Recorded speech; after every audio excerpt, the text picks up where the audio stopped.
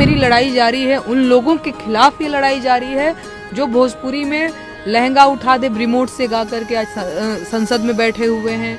फटाफट खोल के दिखाओ गाने वाले लोग जो है आज बेटी बचाओ और बेटी पढ़ाओ की बात करते हैं। मुझे लगता है कि भाजपा भी जो है वो ऐसे गंदे गायकों को प्रमोट कर रही है, भाषा को अपमानित करने वाले लोगों को वो टिकट दे करके सम्मानित कर रही है। पूरी भाषा को बहुत बदनाम किया लोगों ने।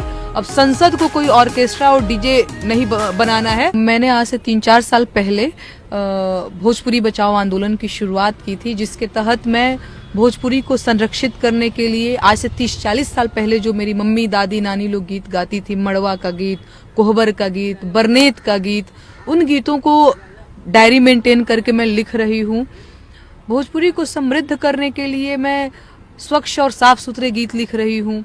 तो मैं इस तरीके से भोजपुरी को लेकर के काम कर रही हूँ। दूसरी चीज ये है कि आजकल भोजपुरी में आप गीत सुनती होंगी, बहुत वल्गर और बहुत अश्लील गीत बजते हैं। तो मैंने उसके खिलाफ ये आंदोलन छेड़ रखा है। मुझे ये भी पता है कि इस आंदोलन में मैं बिल्कुल अकेली हूँ। कई बार मैंने अपने कई लोगों को बोला कि आओ मेरे साथ इस आंदोलन से जुड़ो, लेकिन सबने बस इस बात से कन्नी काट ली कि नहीं, मुझे फलाना भैया के साथ डुएट करना है, गाना है। थोड़ा सा अश्लील नहीं गाएंगे तो व्यूज नहीं आएगा, थोड़ा सा वल्गर नहीं गाएंगे तो व्यूज नहीं आएगा। तो ये मेरी लड़ाई जारी है, उन लोगों के खिलाफ ये लड़ाई जारी है जो भोजपुरी में लहंगा उठा दे रिमोट से गा करके आज संसद में बैठे हुए हैं। फटाफट खोल के दिखाओ गाने वाले लोग जो है आज बेटी बचाओ और बेटी पढ़ाओ की बात करते हैं। वो लोग जो लहरिया लूटा ए राजा और गोदी में लेके जन खो दिए जीजा जी जैसे गाने वाले को जब टिकट दिया जाता है तो मेरी लड़ाई जो है थोड़ी सी और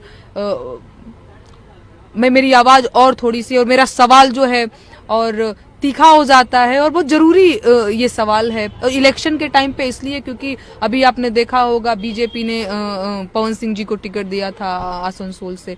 तो मुझे लगता है कि भाजपा भी जो है वो ऐसे गंदे गायकों को प्रमोट कर रही है, भाषा को अपमानित करने वाले लोगों को वो टिकट दे करके सम्मानित कर रही है। यही सारी चीजें, यही मेरी भोजपुरी को लेकर के मेरी लड़ाई है कि भोजपुरी भाषा को बहुत बदनाम किया लोगों ने। अब संसद को कोई ऑर्केस्ट्रा और डीजे नहीं बनाना है।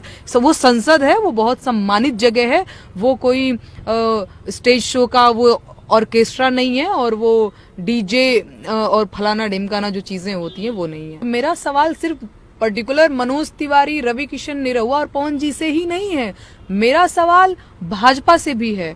भोजपुरी की बर्बादी में जितना हाथ मनोज तिवारी का, रवि किशन का, निरहुआ का और भी बहुत सारे लोग हैं उनका है, उतना ही रोल मैं भाजपा का भी मानती हूं। और मैंने कई बार ये चीज कहा है कि मुझे तो कई बार लगता है कि भाजपा ने भोजपुरी को बर्बाद करने की जो है वो सुपारी ले रखी है।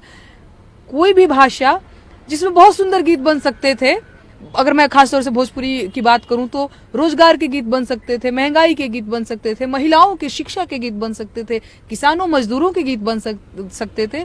उन गीतों में सिर्फ लहंगा, चोली, ढोड़ी, पेटीकोट और महिलाओं को अपमानित करने वाले ही गीत बने।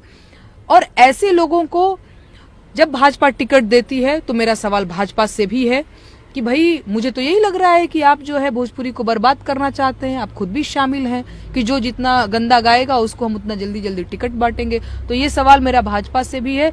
बतौर भोजपुरी भाषी और भोजपुरी भाषा के प्रति सजग और एक संवेदनशील क्या बोलेंगे भोजपुरी भाषी होने के नाते मुझे लगता है ये सवाल भाजपा से भी होनी चाहिए।